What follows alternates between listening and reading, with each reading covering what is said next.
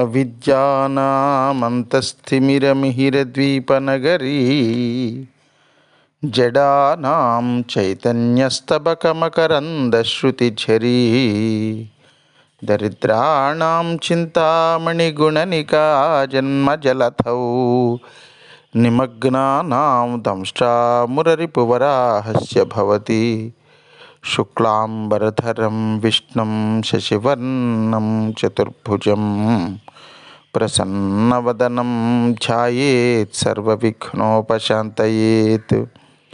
వందే గురుపదద్వంద్వమవాన్మానసగోచరం రక్తశుక్లప్రభామిశ్రమతర్క్యం త్రైపురం మహః.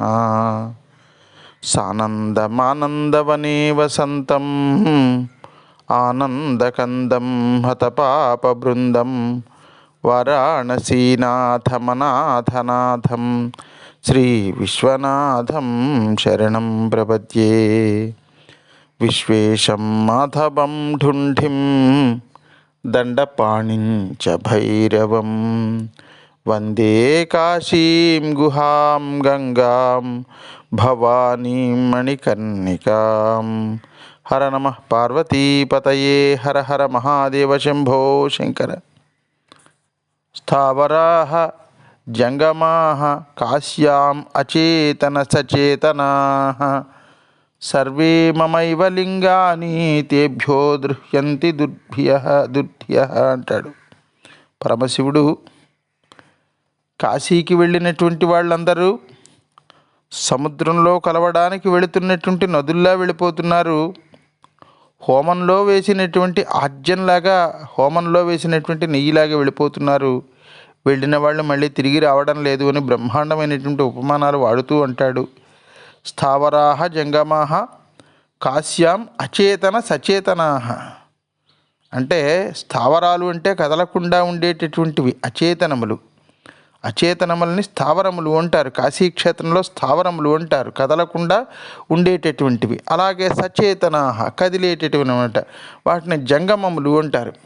అందుకని ఆయన అంటారు కాశీక్షేత్రంలో స్థావరములు జంగమములు అంటే కదలకుండా ఉండేవి స్థావర రూపంలో ఉన్నటువంటి శివలింగములు, కదిలే స్వభావం ఉన్నవి జంగమ రూపంలో ఉన్నటువంటి శివలింగములు.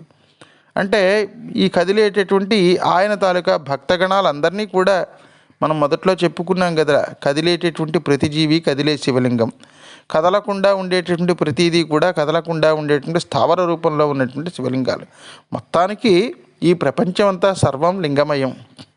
అందువల్ల ఈ కదిలే స్వభావం ఉన్నవి, కదలని స్వభావం ఉన్నవి, ఇవన్నీ కూడా మొత్తానికి అక్కడ చూడండి. మనం సీతమ్మ వాకిట సిరిమల్లె చెట్టు అని ఒక పాట చెప్పుకున్నప్పుడు మొత్తానికి రాలినటువంటి పువ్వులు, కోసినటువంటి పువ్వులు ఏవైతే అవ్వచ్చు, రాలిన పువ్వులు అవ్వచ్చు, కోసిన పువ్వులు అవ్వచ్చు, ఆ పువ్వులన్నీ కూడా దండగుచ్చి సీతమ్మకి ఇస్తారా?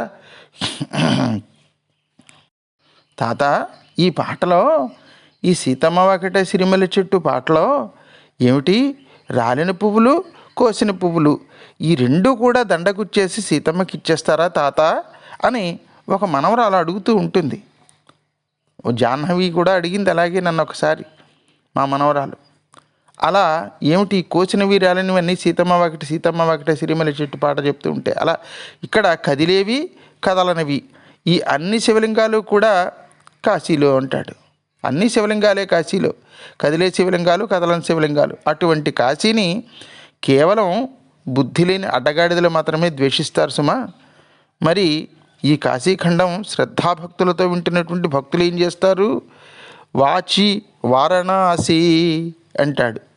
వాచి వారణాసి ఏషాం శ్రుతౌ వైశ్వేశ్వరీ కథా తయేవ కాశీలింగాని వారాణ్యశ్చామ్యహం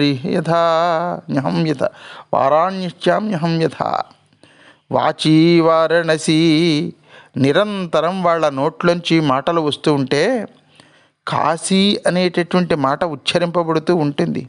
శృతవు వైశ్వేశ్వరీ కథ, వాళ్ళు ఎంతో భక్తి శ్రద్ధలతో కాశీఖండం వింటారు.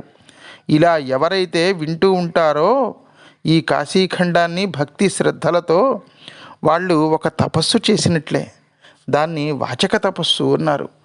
శృణవు తపస్సు చేస్తారట వాళ్ళందరూ. శృణ్వన్ తపహ అన్నారు కదా, ఆ వింటున్నటువంటి తపస్సు చేస్తారు, ఆ కాశీ కాశీ అంటున్నటువంటి తపస్సు చేస్తారు, వారణాసి అంటున్నటువంటి వాచక తపస్సు చేస్తారు.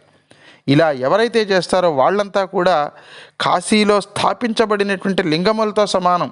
అందుకని ఈ కాశీఖండం వింటున్నటువంటి వాళ్ళందరూ కూడా జాగ్రత్తగా గుర్తుపెట్టుకోవాల్సింది. సాక్షాత్తు పరమేశ్వరుడు చెప్పాడు, వాచీ వారణసీ యేషాం శృతౌ వైశ్వేశ్వరీ కథ. ఈ కాశీఖండాన్ని లేదా విశ్వేశ్వరుడికి సంబంధించినటువంటి కథల్ని ఎవరైతే వింటారో వాళ్ళు కూడా కాశీలో స్థాపించినటువంటి లింగములతో సమానం. వాళ్ళని నాలాగే భావించి పూజించాలి అంటాడు. వారణసీతి కాశీతి రుద్రావాసైతి స్ఫుటం ముఖాద్వినిర్గతం యేషాం తేషాం న ప్రభవేద్యమః. ఎవరెవరైతే వారాణసీ అని, కాశీ అని, రుద్రావాసమని స్పష్టంగా ఎవరైతే పలుకుతారో వాళ్ళని యమధర్మరాజు బాధలు పెట్టడు అని ఇవన్నీ స్వయంగా మహాదేవుడే ఆలోచనలో పడి ఉన్నటువంటి వాడే అంటున్నాడు. ఏ సందర్భంలో వెళ్ళినటువంటి వాళ్ళు వెళ్ళి ఉండిపోతున్నారు, రావడం లేదు. వస్తారా? ఎందుకు వస్తారు? అటువంటి కాశీని విడిచిపెట్టి వస్తారా? ముందుగా పంపించినటువంటి యోగిని గణములు వెళ్ళారు, తిరిగి రాలేదు.